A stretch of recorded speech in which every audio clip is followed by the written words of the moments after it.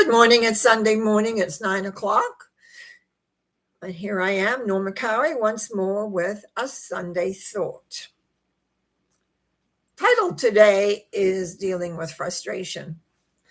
Now, if you have been watching any of my shows, very often lately we have been dealing with freeze. Excuse me, my voice is a bit hush. I haven't spoken this morning, so.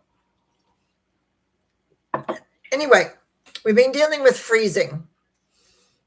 Sometimes 2 or 3 times in a show. So the last time, which was Wednesday, I was totally frustrated because no matter what I had done to try and stop it, it wasn't stopping. So I bundled up the computer and took it down to the computer store. And so then he had it for a couple of days and doing his magic. And we will see what happens because he mentioned several things that were not working with it, etc., blah, blah. And then the frustration is if you've ever had your computer redone, and I forgot about this because it's been a while, is everything comes back a little different than when you put it in. In fact, my major writing system, we're not sure where that is exactly, or if I've got it all, or if it's part of it, or whatever. And of course, yesterday, I got myself busy getting my computer back, making sure I did have YouTube back on track, and making sure some other things were back on track. And that's about it. And I'll deal with the rest as I slowly work into dealing with trying to find certain articles and things. Someone right away had requested a book, and I'm hoping it was the right selection because I always have the PDFs, but I also have it, plain. So I haven't heard back, so I'm presuming I sent the PDF. But it's an interesting thing when you're frustrated. Like, how do you respond when you get frustrated? Do you yell? Do you scream? Do you pull your hair out? I know I was getting to the point of getting totally fed up with this freezing that I was getting every time I did a show. And anyway, apparently the man who was working with my computer said that my main disk, what do they call that? I can't remember now. I'm having a brain freeze. I can't remember what he called it. Anyway, he said it wasn't operating very fast. And that could have been the whole problem. So now I have a new major disk. But you see, that's created the second problem, which creates frustration. So it got me thinking about how do we handle frustration? People handle it in different ways. I don't get frustrated very often anymore. I did with the freezing. There's no doubt about it here. But I don't yell and scream. I don't have anybody yell and scream at except myself. That's not going to help. So I thought I was dealing with it and figuring it out, but I wasn't. And I'm not that computer technically organized. I can do all sorts of things on it, but I can't. When it says do this, that, or the other, I'm a little bit confused. So anyhow, we will find out in the next week whether we're freeze free. Let's hope so.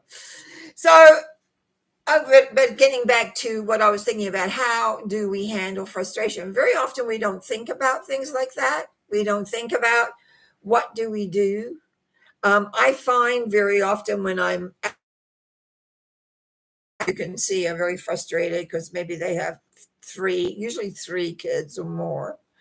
2 you can handle quite bad because you've got a hand each, but they get a little frazzled, and I've seen that. And you can almost see them just like frazzled at the end with these kids, especially as summer comes along and it gets hot and they get dehydrated. And a lot of people don't recognize, I think, that element of dehydration, how important that is when the summer comes and it's hot and you're outside and things aren't working the way you want. So that's one of the things, we're taught, carry water, drink water, etc. But if you're like me, often you forget about that and you can get a little dehydrated. But the thing is, I don't have little kids, of course, anymore. So, and my grandchildren are all growing up and I don't see them very often anyway. The thing is, we often have to remember what other people are going through and what they're dealing with. I live on a lake, near a lake, very right on, but like almost lakeside, but lakes, and they have a huge big thing they put out every summer for the kids. Well, the parents have to pay for it to play on these things. And I like in the summer, we usually can't get near the lake because it's all full of cars. But in the winter, I like to go down and sit there and look at the lake and read my book, or if I've got a friend, chat away. And then as I was down there the other day, I say, oh, here's someone's definitely here.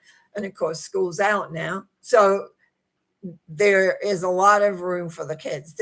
Every year they've built onto this thing. It's amazing. It's a whole city up there. But when you are a parent and you have younger children, it can be very, very frustrating. I know my kids used to think it was funny when I used to get frustrated. They'd almost laugh at me, especially as they grew older. It was like, oh, mom's getting upset here. And they didn't take it too seriously. But that's what each parent comes to the mind of how and what and where. But it is interesting. Like for me, I put up with this thing freezing far, far too long before I took the computer into someone who's an expert. I kept reading the sheets they sent me, trying to figure out how to change it. When what I didn't know was there was a basic problem with the hard drive. How much common sense is that? It's the same thing when you have a car. It has to go into the shop. It has to be tuned up. You have to make sure all the parts are working. You have to make sure that the oil's right. Gas is easy. You can always see that. I just had an event just the other week where all of a sudden there was a light that came on in my car I'd never seen before that normally there would have a low oil. I did not see that low oil, which is unusual because when you're driving, it's right there. You could see it. Well, it turns out I was pretty well out of oil. I was very lucky I didn't make the whole engine go on me, but that wouldn't be very nice. Anyway, we got that sorted out. But again, a little bit of frustration. How do you deal with it? How do you handle it? How do you handle a craggy voice like this? Not well. So often we don't notice the little things that make us frustrated. Often we don't notice the byplays with the people in our lives either, because we accept it as normal. And the element is that it may not be normal, but it's about how you understand it, how you cope with it, what you do with it, how you deal with it, all of those things. Most of us like to think we never get frustrated. I'm sorry to say that I think no matter how controlled we are going to find moments of time when we are frustrated. We could be a little tired. I find sleep has a lot, especially as I've gotten older. You get tired, and when you get tired, your nervous system doesn't handle things as well. So a lot of it depends on age, where you are on the age spectrum. A lot of it depends on what's happening around you. Like, who are the people that you hang out? Are they frustrating types? I was lucky. I have had 2 husbands, and neither of them really were angry people. My first husband could explode, but we were young, really young when we were married and raising kids and everything else. But he was more a depressive type. And so he got quiet, not so much exploded. But I think it's an understand, how do we handle that when we handle pressure? Pressure often has to deal a lot with the resulting frustration of dealing with the pressure, because you're not getting the results that you want or you're not getting the results that you would like to see. So all of this plays a really big part.